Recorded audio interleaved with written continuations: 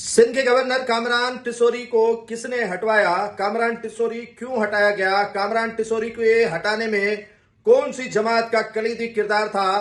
क्या कामरान टिसोरी सिंध के अंदर तअस्सुब वाली सियासत कर रहे थे या कोई और मामला थे? कामरान टिसोरी के हटाए जाने के बाद मौजूदा जो गवर्नर निहाल हाशमी नॉमिनेट किया गया है, जो आज गालबन हलफ भी उठाएंगे, उस पर मुस्लिम लीग नून में मफामत है या नहीं है? मुस्लिम लीग नून के अंदर इख्तलाफ है या नहीं है? क्या पाकिस्तान पीपल्स पार्टी ने मौजूदा गवर्नर को हटवाया या किसी और हलके से इसके हटाए जाने के अहकामात वजीर आजम को सादर हुए? तो इस पर आज गुफ्तगू होगी। सभी क्रेडिट लेने की कोशिश कर रहे हैं, सिंध की कॉन्फ्रेंस जमातें, पीपल्स पार्टी, नून लीग और भी जितने मुंह उतनी बातें। लेकिन जो हमारे जराए बताते हैं कि मुत्तहिदा कौमी मूवमेंट के एक धड़े ने मौजूदा गवर्नर कामरान खान टिसोरी को हटवाया। कामरान खान टिसोरी को हटवाने में किसी न पीपले का हाथ है, न लीगले का हाथ है, न जमाती का हाथ है, न पीटीआई का हाथ है और न ही यहाँ के जो स्टेक होल्डर जमात है उनका हाथ है। लेकिन कामरान टिसोरी को हटवाया मुत्तहिदा कौमी मूवमेंट के एक धड़े ने। मुत्तहिदा कौमी मूवमेंट के एक धड़े ने, जो इनके आपस में इख्तलाफात हैं, उसका नाम है मुस्तफा कमाल। मुस्तफा कमाल ने अपने सोर्सेज और अपने जो हल्के अहबाब है या जो मुक्तदर हल्के हैं उनसे बातचीत की कि कामरान टिसोरी सिर्फ बहादुराबाद के जो मौजूदा सरबराह हैं पाकिस्तान एमक्यूएम के, खालिद मकबूल सिद्दीकी और फारूक सत्तार समेत रहनुमाओं की ही जो है वो सुनते हैं और उन्हीं के शिकंजे में फंसे हुए हैं। तो वो तो एक जवाब ढूंढ रहे थे। गवर्नर कामरान टिसोरी का टेन्योर भी इतना था। गवर्नर कामरान टिसोरी जिस बिहा पे आए थे वो आप नहीं जानते। उन मुक्तदर हलकों ने उसे इतना ही टेन्योर दिया था कि आप इतने अरसे तक सिंध के गवर्नर बन सकते हैं, इससे ज्यादा नहीं।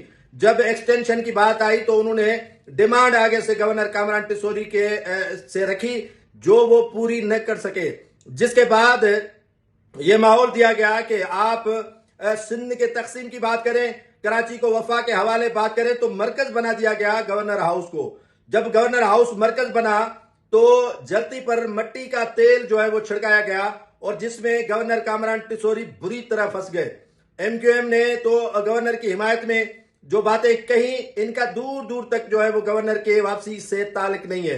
पहले तो एमक्यूएम से खुद कहा गया कि आप अपने कोई गवर्नर दे दे, नाम कोई सजेशन करें, हमें दे दे कि हम उन्हें गवर्नर सिंध तैनात करें। लेकिन एमक्यूएम में मशावरत हुई थी और इनके काफी धड़े हैं आपस के, तो वो रजामंद नहीं हुए। जिसके बाद मुस्लिम लीग नून को कहा गया कि आप अपना कोई गवर्नर दे दे, जिसमें जो है वो बशीर मेमन जो मौजूदा सिंध के सदर है मुस्लिम लीग नून के, उनसे मशावरत नहीं की गई थी। बशीर मेमन ने कोशिश की कि वो जो है वो अली अकबर गुजर को ले आए या हाजी मुजफ्फर अली शुजरा को ले आए या मुस्लिम लीग नून के जो देरीना रहनुमा है उनको जो है वो गवर्नर सिंध तैनात करवाए। लेकिन उनकी एक भी नहीं सुनी गई, मुशावरत भी उसके साथ नहीं की गई थी। सिर्फ 2 से 3 बंदे वजीर आजम ने बुलवाए, सिंध के सदर को भी नहीं बुलवाया गया। ऐवान वजीर आजम में राना सनाउल्लाह थे, निहाल हाशमी था, केएल दास कोहिस्तानी था और एक आधा मुस्लिम लीग नून का सीनियर रहनुमा मौजूद था, जिन्होंने ऐसी गवर्नर के तकर्रुर के हवाले से समरी सदर को भिजवाई और गवर्नर के हवाले से सदर ने दस्तखत कर लिए कि नोटिफिकेशन भी जारी कर लिया कि ये गवर्नर बने। लेकिन खदशात मुस्लिम लीग नून को भी हैं, खदशात अब जो है वो एमक्यूएम को भी हैं। लेकिन एमक्यूएम के जरिए उन हलकों ने मौजूदा गवर्नर को हटवाया जिन्होंने सिंध के कॉन्फ्रेंसों को भी उकसाया कि आप भी आगे बढ़े।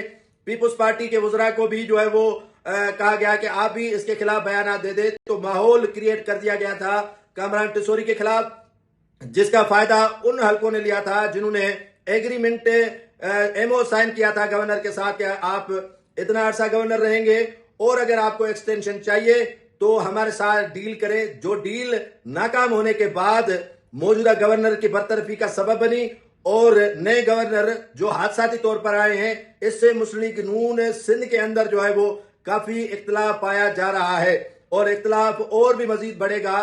चंद दिनों के बाद जो एमक्यूएम के रहनुमा थे उन्होंने अपना गवर्नर इसीलिए नहीं दिया क्योंकि इनमें इख्तलाफात शदीद थे और किसी एक नाम पर जो है वो ये मुत्तफिक नहीं हो रहे थे। जिसके बाद निहाल हाशमी का जो है वो नाम कुरानदाजी के अंदर निकला और जिसके बाद जो है वो गवर्नर सिंध नॉमिनेट किए गए।